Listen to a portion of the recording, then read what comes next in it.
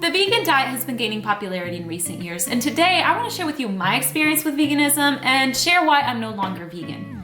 I'm first going to begin by talking about why I became vegan in the first place, and then I'll share with you my 3 main reasons for why I'm no longer vegan. The first 2 are really just main food categories that I had issues with when it came to veganism, and then my 3rd reason is really where I talk about the health issues that I faced and what I decided to do about it.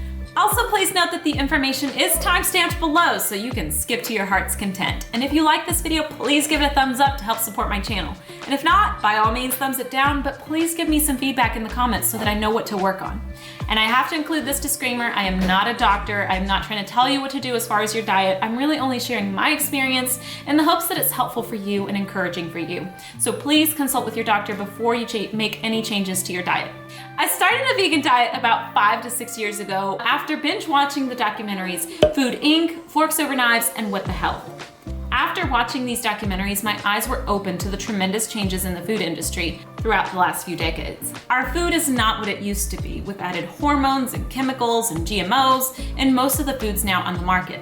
After watching these documentaries, I never could see a piece of bacon the same in a grocery store. I couldn't. I found myself standing in the deli section and remembering that farmer talking about his struggle, or the impact of those big processing plants on the environment, the abuse that the workers face. It suddenly felt personal. It felt like not only was it impacting my health, but it was impacting the life of my community. So after watching these films, it was like this fire was lit inside of me and I was wanting everybody to watch them, and I was out buying these CDs and copies so that I could send them to my friends and family. And I tossed all the junk food, all the meats and the dairy, and I started with a blank slate, or a blank pantry. And let me just tell you that as a Mexican, when you tell people that you're not gonna eat carnitas or carne asada, people look at you like, ¿Qué? But that wasn't really a problem for me. I sincerely believe that the reason that people judged me was because they didn't know the impact that their eating choices were having on their health and the environment. My first issue with veganism began with these little cows. Eggs. You see, my husband and I both grew up on farms, so when I told him that I wanted to have chickens, he was all for it. Actually, the conversation kind of went more like this. If you want to marry me, we're gonna have chickens in the yard. In all of the research that I found about eggs, I mainly found information about their high cholesterol content or the types of feed that the chickens are given. But I figured if the high content of cholesterol is really in the egg yolk and our chickens are running around eating grass and bugs, then why not just eat egg whites? I never really liked egg yolks anyway, so it made sense to me to reduce the quantity of egg yolks, but I didn't really find any data to support eliminating eggs from our diet altogether. Because I have these fat fluffy things giving me free eggs every day, and I'm gonna let their kind gifts go to waste? I think not. The next reason for why I'm not vegan is this delicious delicacy. Some vegans omit honey from their diet to avoid or minimize all forms of animal exploitation. And I have a big problem with this, and let me tell you why. You hear a lot of talk about saving the polar bears or saving the animals from near extinction, but at least for me, I had never heard that honeybees are in danger. With an ever-increasing use of pesticides, the bee population is decreasing at a rapid rate.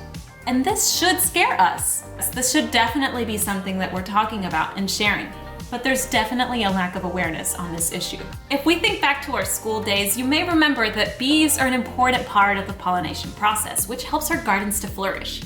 So for this reason, I'm very adamant about not only avoiding the use of pesticides in our garden, but also supporting our local bee farmers. With big corporations making processed honey much cheaper than the bee farmers can sell for, a lot of bee farmers have gone out of business. And this to me is a huge loss, not only for the bee farmers, but for our communities. Because not only are we killing our bees with pesticides, but we're also choosing to support the companies that make the cheap processed diluted junk over supporting the farmers that are actually helping to increase the bee population and better our environment. So this to me is like a double whammy. I look at it this way. The cheap brands may be better for my wallet, but I choose the more expensive price tag as my way of supporting local bee farmers so that they can continue helping the environment and increasing the bee population. Because I for sure don't see myself ever being a bee farmer. Also, as a fun side note, honey never expires, so you can stockpile it for that zombie apocalypse. And my third and most important reason for why I'm not vegan is it is not a diet that is healthy for everyone. Those of you who have seen my previous videos may be aware that I had recently given birth, and I touched on the fact that I had some health issues during the pregnancy. I had some symptoms that were just off. I had anxiety for no reason at all, with heart palpitations and this feeling like a bear was chasing me, like I had to catch my breath for no reason at all, like even just lying in bed doing nothing. Super dry skin, joint pain, other symptoms. Let me not bore you with the list. But it just felt like it wasn't just pregnancy. I had been pregnant before, so I knew that some of these things were normal, like fatigue, but something in my gut just said, there's something else. After seeing several doctors and having several blood tests, I was finally diagnosed with Hashimoto's thyroiditis, and I was found to be hyperthyroid.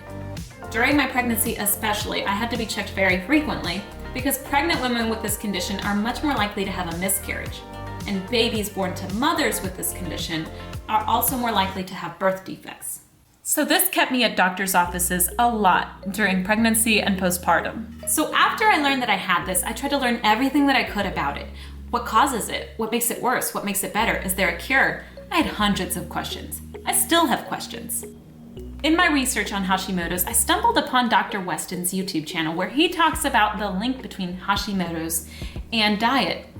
And I couldn't help but ask myself, but how? I eat a plant-based diet. I eat veggies every day. I rarely eat fried foods. I don't drink sodas. And for the most part, if I want a pastry, I make myself with replacements for oil and flour, like my delicious pumpkin brownies.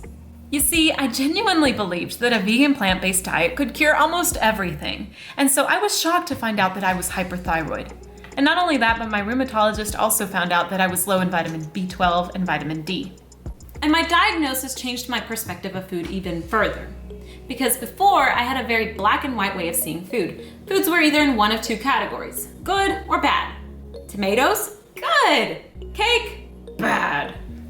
But the more I researched the Hashimoto's diet, the more confused I got. Some of the dietary restrictions that are recommended didn't really surprise me, like caffeine, wheat, gluten, sugars, artificial sweeteners. But you see, apparently some of the things that we consider as good and healthy for most people are actually harmful for people with this condition. This includes things like nightshades, like tomatoes and tomatillos, eggplants, potatoes, peppers, rice, and corn. Even peanut butter and some nuts can also be inflammatory. This all baffled me because these were all foods that I considered to be good. They can't cause my body harm. They're vegan. But then it got even stickier because I'm trying to make a list of what I can eat and what I can't. And then I'm finding conflicting information. Certain sources would say that these things are good and okay, and certain sources would say that these things are not. Things like soy, eggs, mushrooms, and oatmeal. So I found myself very confused and thinking, what am I supposed to eat? Celery sticks and water? My reaction quickly changed from that of empowerment to overwhelm and anxiety, because the list of foods to avoid is quite extensive. And for someone who's already on somewhat of a restricted diet, to all of a sudden learn all sorts of new restrictions to take, this was very disappointing. And honestly, it led me to unhealthy thoughts. For a few weeks, all I could think about all day long was food. I would wake up and think, what can I eat? Or the day would go by and I would think, what can I cook that I can eat but my family can also enjoy? Or my husband and I would go out to eat and I would feel guilty for having had a sandwich because I know I shouldn't have bread. Or my family would make comments such as, aren't you not supposed to eat that?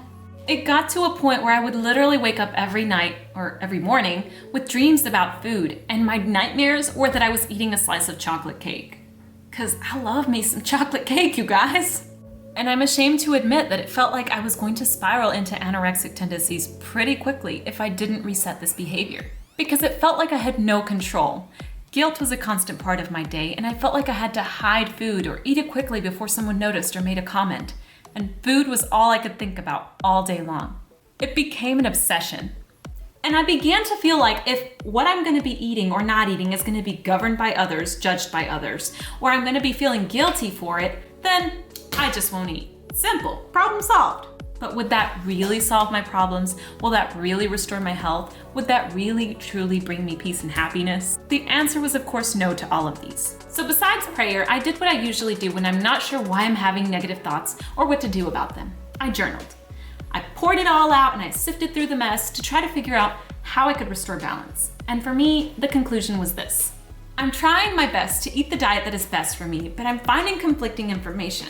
And it feels like I'm stuck in a game of ping pong and I'm the ball And I don't want to live with constant feelings of shame and guilt because of what I am or am not eating. I genuinely want to nurture my body and live a healthy and fulfilling life while also reducing my carbon footprint. But the very thing that was supposed to help me and nurture me, food, had become my obsession. So I decided I was done.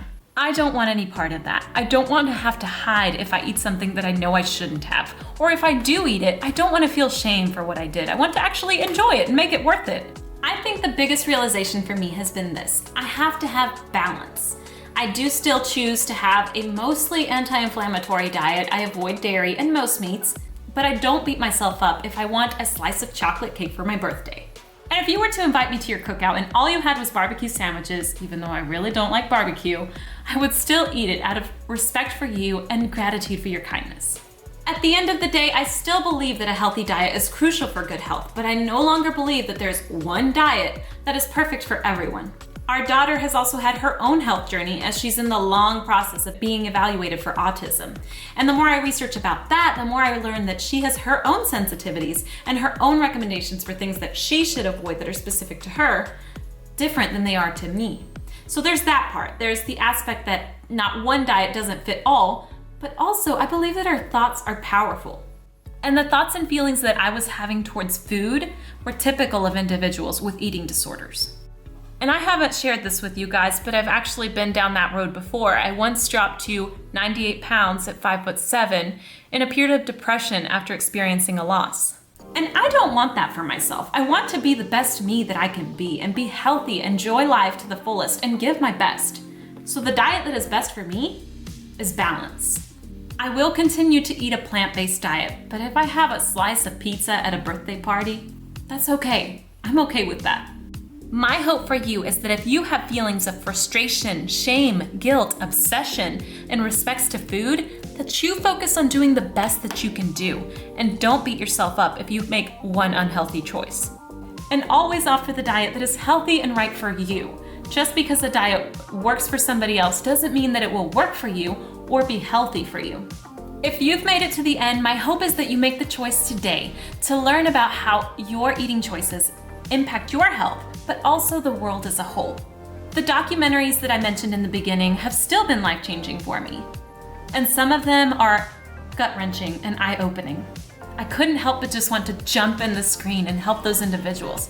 But you know what? We can help. It begins with us. It begins with you. It begins with me. So let's make the choice today to better our health, but also the health of our environment. And let me know, have you ever tried a vegan diet? What is your current diet? And what are your thoughts? I'd love to hear from you. I thank you so much for watching. Until next time, bye.